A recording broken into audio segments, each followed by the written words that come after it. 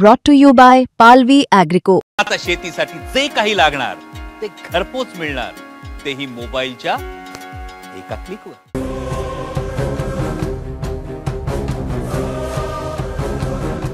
फलटणमधल्या doctor तरुणीच्या आत्महत्येनंतर फलटणमधील दहशतीची अनेक प्रकरणं समोर येत आहेत। सुषमा अंधारे यांनी पुण्यात पत्रकार परिषद घेत अनेक खुलासे केले होते। या पत्रकार परिषदेत आगवणे कुटुंबियांना देखील हजर करण्यात आलं होतं। आगवणे कुटुंबियांकडून माजी खासदार रणजितसिंह नाईक निंबाळकर यांच्यावर गंभीर आरोप करण्यात आले। रणजितसिंह नाईक निंबाळकर यांनी आगवणे यांची कंपनी जळाल्यानंतर बोगस इन्शुरन्स क्लेम करण्यास सांगितल्याचा आरोप आगवणे कुटुंबियांनी केला।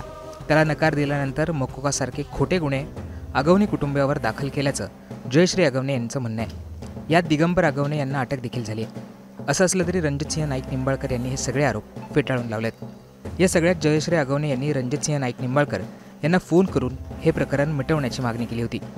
जयश्री आगवणे आणि रणजितसिंह नाईक निंबाळकर यांच्यात झालेल्या फोनची ऑडिओ क्लिप सध्या व्हायरल होतीये। मुंबई तक या क्लिपची पुष्टी करत नाहीये। हॅलो,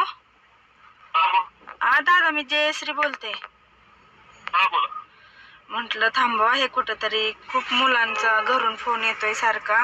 मुलगी खूप आजारी आहे, मोठी नाना आजारी आहेत।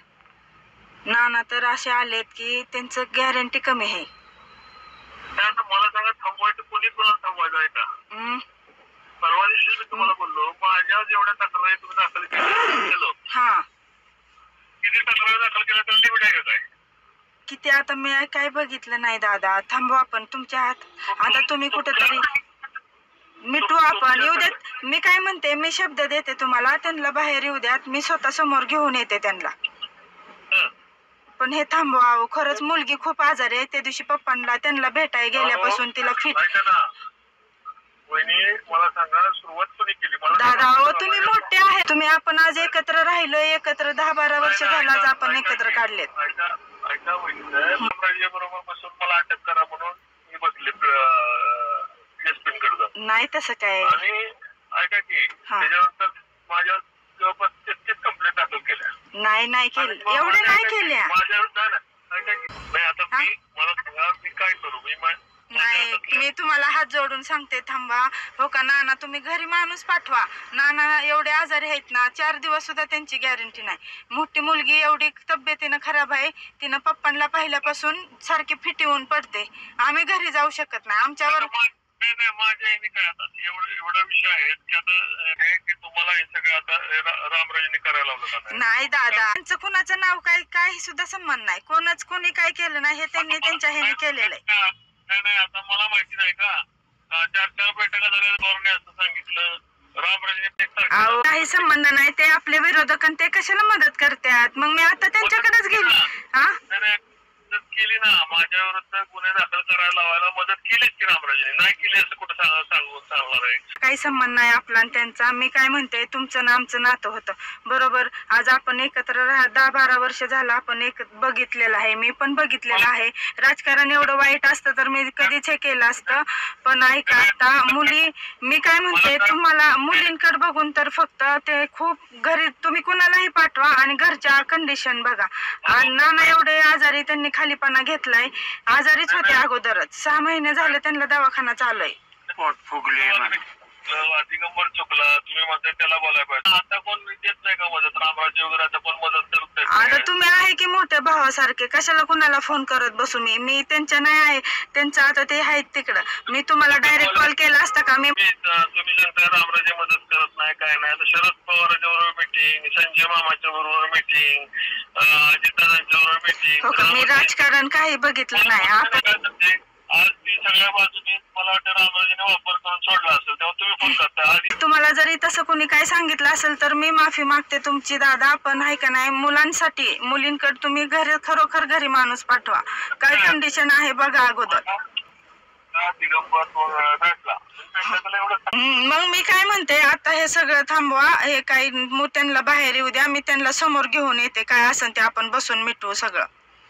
माझं काय म्हणणं नाही, भेटू आपण, त्याला भेटायला घेऊन बाहेर आलं की भेटू आपण। पण हे थांबवा केसेस ना, काही करू। मी काय म्हणते, उद्याच्याला ते नाना आहेत ना, त्यांना बघा तुम्ही। आता काय झालं लक्षात घ्या, शेवटी काय हो का, मनुष्य जन्म आहे. माझं फक्त एवढंच सांगणं आहे की आपण एकत्र राहिलेलो आहे हे थांबवा आणि फक्त मुलांचा विचार करा. मुलं 10-12 दिवस झाले शाळा चालू झाली, शाळेत पण नाहीत आणि त्या दिवशी त्यांना फलटणवरून ऑफिसला तपासासाठी आणलं होतं. त्यावेळेस मुलं भेटायला गेली होती. ती मोठी मुलगी चक्कर येऊन तिथंच पडली आणि तिला 2 दिवसाला फिट येते. तुम्ही घरी कुणालाही पाठवा आणि विचारा फक्त काय घरची कंडिशन आहे. मला सांगा ना, तुम्ही आता लोकांना बाबा आमच्याकडनं चुकलं. मग मी तुम्हाला म्हणते की मी त्यांना माफी मागाय, मी पुढाकार घेते, मी स्वतः त्यांना घेऊन येते तुमच्याकडे. काय असेल ती तुमची माफी मागायला होते. फक्त हे सगळं थांबवा. माफी नुसती मागू नका. आमचं काय म्हणणं आहे, मला सांगा बाबा, असं म्हणणं आहे वकिलांना खर्च रामराजे करते तुम्हाला. हा, त्याला म्हणजे एक व्हिडिओ तयार करा. रामराजे प्रत्येक 7 लाख रुपये प्रत्येक 50 लाख नरसोबा पण पोहोचेल. सगळं कोणाच्या सांगण्यानं केलं, काय केलं, सगळं व्हिडिओ तयार करा. मी तुम्हाला शब्द देते, त्यांना बाहेर येऊ द्या. आता जे तिकडं काही जाऊ शकत नाही, त्यांना बाहेर येऊ द्या. मी तिथं तुमच्या समोर सगळं करायला लावते. हे तुम्ही नका जाऊ, तुमचा माणूस पाठवा कोणतरी. कोण नाही, पोलीस स्टेशन नाही कोणी करत, कोण नाही, पोलिस नाही तर कोण नाही. व्हिडिओ तयार करून देत, बोलून दे नाहीत साधं. ते काय व्हिडिओ तयार करून देणार आहेत दादा? आणि कोण आहे माणूस पाठवायला? ठेव राहिलाय का माणूस? सांगा बरं तुम्ही. कोण आहे घरी? आई आणि मुले आहेत फक्त. जे होते ते पण गेली, मुलं गेली. ती 3 मुलं होती ती पण आपापल्या मार्गाने निघून गेली. कोण नाही घरी आता. तुम्ही एक काम करा. मी काय म्हणते, तुम्हाला हात जोडून माझी विनंती आहे, फक्त मुलांकडे आणि त्यांच्या वडिलांकडे बघून एवढी बार माफ करा आणि त्यांना बाहेर येऊ द्या. मी 2 दिवसात तुमच्याकडे घेऊन येते, समोर घेऊन येते. तुम्हाला पाहिजे तसा व्हिडिओ बनवा, पाहिजे तशी माफी मागून घ्या. माझा शब्द आहे तुम्हाला. ह्याच्यात काय बदल झाला तर तुम्ही मला मग तिथं कानाखाली वडा. तुम्ही काम करा, आता वकिलाकडनं चौकशी करा आणि ती याला नितीन तोपटे का नाही, नितीन तोपटे हा, त्यांच्याशी तुम्ही चर्चा करा. बाबा असं म्हणणं आहे, दादाने सांगितलं तुमची चर्चा करा मला. तुमचं दिगंबर तुमचं ते नॉलेज होतं, माझं बी होतं त्यांच्याबरोबर. तुम्ही त्यांच्याशी चर्चा करा, मी बी त्यांच्याशी बोलतो. नितीन थोपटेंशी का? बर. हॅलो, नितीन थोपटेंना फोन करू का? हा, नितीन तोपटेंशी चर्चा करा. कारण 2 वेळा नितीन तोपटेच घेऊन असते माझ्याकडे दिगंबरला. ठीक आहे, तुम्हाला मी सांगितलंय मार्ग. तुम्ही तोपटेंशी चर्चा करा. मी एक वकील पाठवा आणि वकील पाठवून आमचं काय मत नाही, तोपटेंशी बोला. मला मी काय व्हिडिओ आल्याशी बसणार नाही. जोपर्यंत मला ती व्हिडिओ येत नाही का नाही, तोपर्यंत मी काय कोणाबरोबर बसणार नाही. मला व्हिडिओ आला पाहिजे. मग मी त्याच्या तालुक्याला सांगितलं पाहिजे की काय घडलंय काय नाही. त्यानंतर आपण पण त्यांचा व्हिडिओ कसा काढणार ना आपण? वकिलाला पाठवा ना व्हिडिओ काढायचा. बर, ठीक आहे. वकिलाला पाठवा, एक वकील किंवा वकिलाला पाठवा आणि सांगा मी मदत केली, कसं केलं, काय केलं. हे व्हिडिओ द्यायला जवळपास 43 व्हिडिओ टाकलेत माझ्या दोघात. हा व्हिडिओ जाऊन तुम्ही या, माझा काही इंटरेस्ट नाही वाढवण्यात. बर बर, सांगते मी. वकिलांशी बोलते, थोपटेंशी बोलते. आणि ते चर्चा करून घ्या वकिलामार्फत. हो. जरी सगळ्या तक्रारी वेळेला झाले तरी बाबा आपलं राम डोक्याला ताप नाही, माझ्या डोक्याला ताप नाही. पण तुम्ही मला किती फोन केले, काय केले ना, माझी लय बदनामी झाली. जोपर्यंत मला ती व्हिडिओ येत नाही का नाही, तोपर्यंत मी काय कोणाबरोबर बसणार नाही. मला सांगा ना, आता समजा ते आत आहे, कोणत्या मदतीला गेलंय का बाबा? तुमच्याशिवाय तालुक्यात कोण होतं आजपर्यंत? कुठं कमी पडलो? बरोबरीनं आज बरोबरीनं सगळ्या ह्याच्यात सगळ्या म्हणजे राजकारणात, व्यवसायात सगळीकडे मदत केली. एवढा खर्च झालाय, तुम्हाला काय सांगायचं वकिलांच्या पायात? हॅलो, हा बोला की. मी म्हटलं तुम्हाला रामराजे देते, आमचं घरचं धरते. त्यांचा आणि आपला काही संबंध नाही. मला काय सांगते रामराजांचा? मी आता रामराजांकडे गेले असते की मग काय तुम्ही एवढं केली मदत आणि आता का मग माणूस आतमध्ये ठेवलाय का? खोटा केसेस होऊन देताय.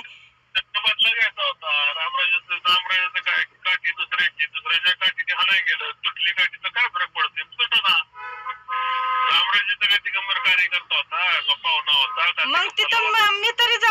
बघा दादा, नाही जाऊ शकत, मला त्यांच्याकडे जाऊ शकत नाही.